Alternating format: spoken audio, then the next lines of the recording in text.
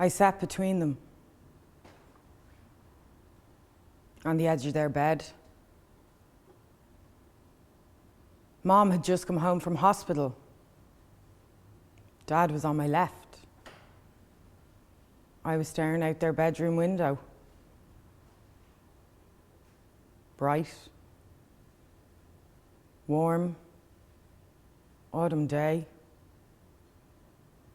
blue skies, green on trees. The sound of kids playing in the playground beside our house.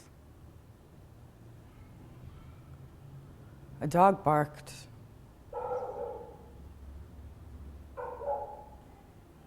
They were speaking. I kept nodding.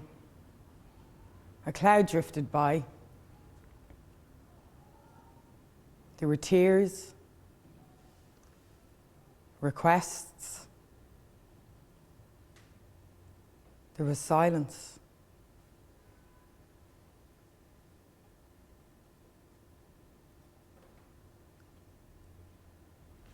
They call this part advanced grieving.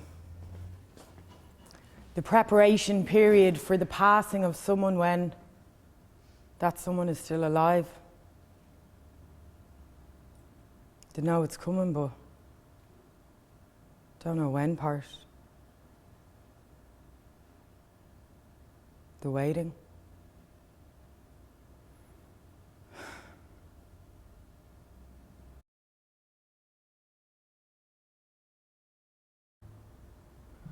The anger like I have not felt anger before. It takes control of my body and I do not know what to do with it. I want to lash out at everyone because nobody wants to talk to me. Because nobody knows what to say. I am raging with this world. Nobody understands this.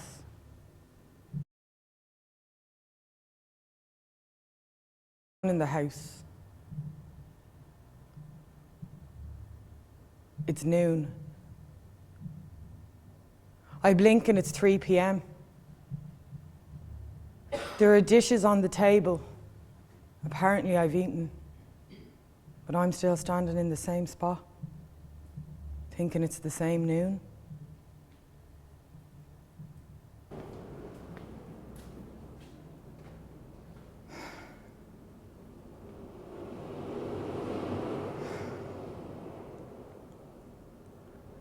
The first 3 years of grief are like being pushed onto a roller coaster that you didn't want to get on in the first place, and they forgot to fasten you in. You feel like you're being battered by 1,000 waves coming crashing down at you all at once, compounded into the ground, flattened.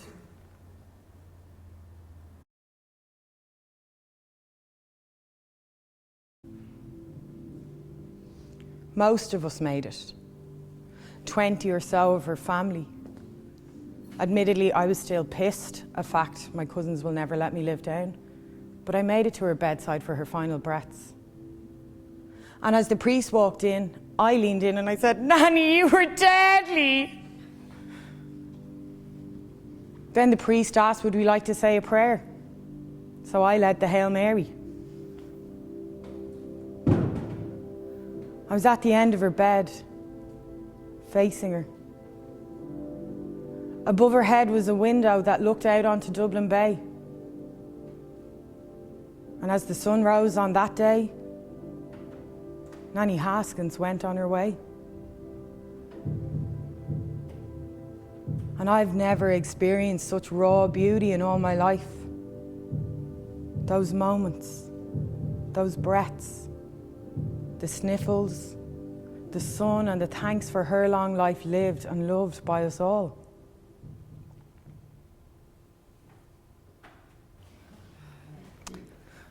After a few years, the roller coaster of grief slows down. you begin to be able to think again, to contemplate mortality, the consequences of this life, the questions of faith, the absolute abandonment of it. The world around you is not the same anymore. The path you'd been meandering down has suddenly become the M50 of emotions. Everything has changed. This is changing you. It already has. Year 8 was great. The ability to look back and contemplate all of those years of grief and mourning, they had led to this part. And this is the part where I feel somewhat relieved.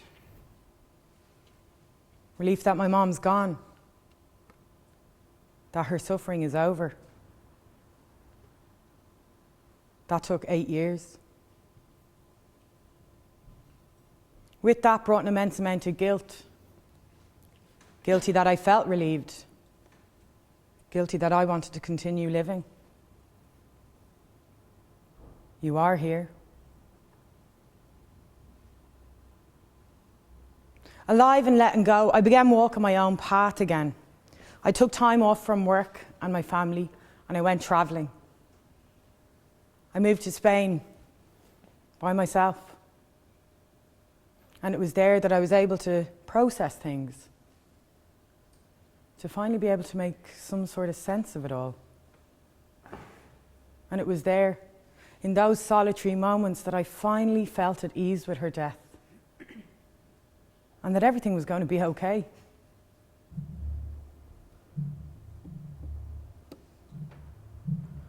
There are 5 of us outside her cottage.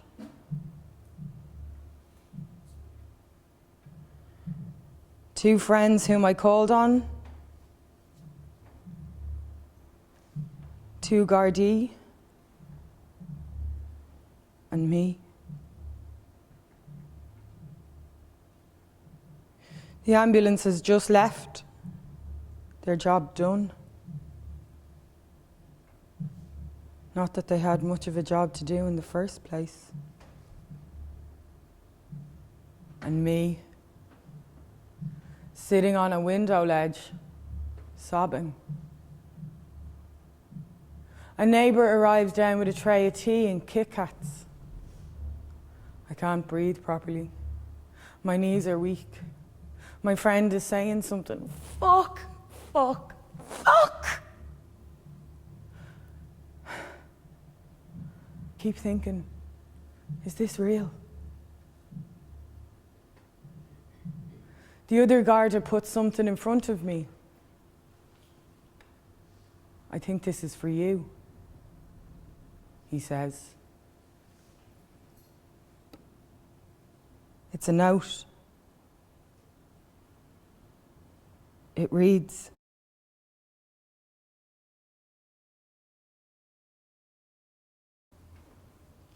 I measure my life in moments.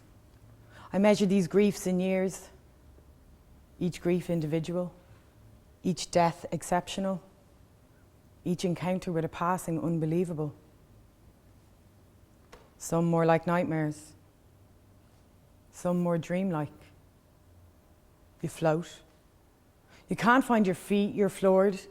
Your body is here, but your mind is a million miles away. And grief is individual to the person that you lose. It's not always the same. It can be familiar. You're given a map, but the orientation for each person and each one is different. Same map, different route. I've never felt anger like I did in those ensuing months after Momo's death. I was so angry at her. Not for taking her life, but for taking away the grief of my own mom's death. For taking my healing away and opening a new wound. Her knowing that I was coming home to find her. Her knowing that it was me who'd have to witness her death firsthand. That it was me who'd have to deal with the ins and outs of her passing. That anger became physical. ran through my arms, into my hands. I threw things, I punched walls, I pushed people away. If she was here, I'd fucking strangle her myself.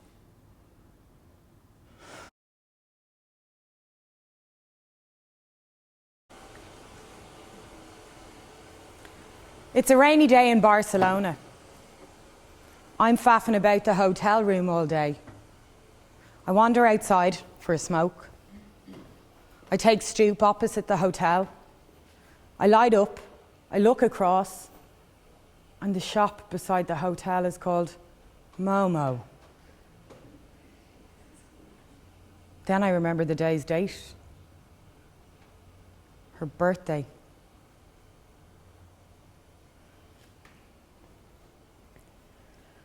I took Momo and those demons back to the hotel room,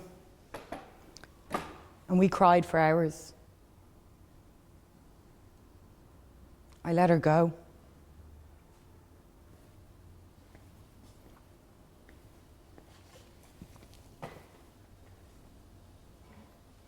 I found some hope in this reminder from her. Finally, I was coming to some sort of terms with how she died.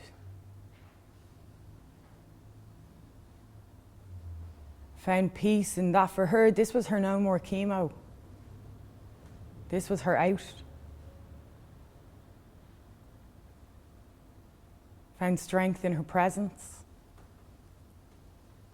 Found relief in her silence. Found honour in her trusting me with her death.